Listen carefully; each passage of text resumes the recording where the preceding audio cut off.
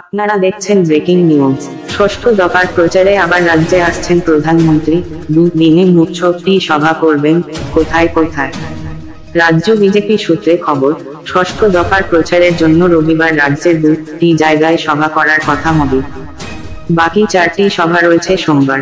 সেদিনই আবার পঞ্চম দফার ভোটগ্রহণও রয়েছে 7 কেন্দ্রে। ষষ্ঠ দফার প্রচারের জন্য আবার পশ্চিমবঙ্গে আসছেন প্রধানমন্ত্রী নরেন্দ্র মোদী। আগামী রবিবার এবং সোমবার রাজ্যে মোট 6টি সভা করার কথা তার। ষষ্ঠ দফায় যে কেন্দ্রগুলিতে ভোট রয়েছে তার কয়েকটি কেন্দ্রে যাবেন। রাজ্য বিজেপি সূত্রে খবর, ষষ্ঠ দফার প্রচারের জন্য রবিবার রাজ্যের 2টি জায়গায় সভা করার কথা রয়েছে মোদীর।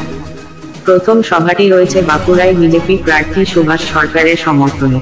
তারপর সেখান থেকে প্রধানমন্ত্রী যেতে পারেন বিষ্ণুপুরে। সেখানে সভা রয়েছে প্রার্থী সৌমিত্র খায়ের সমর্থনে। এরপর সোমবার রাজ্যে আরও 4টি সভা করবেন মোদী। রবিবার রাতে তিনি কলকাতায় থাকতে পারেন। সোমবার প্রথম সভা রয়েছে পুরুলিয়ায়।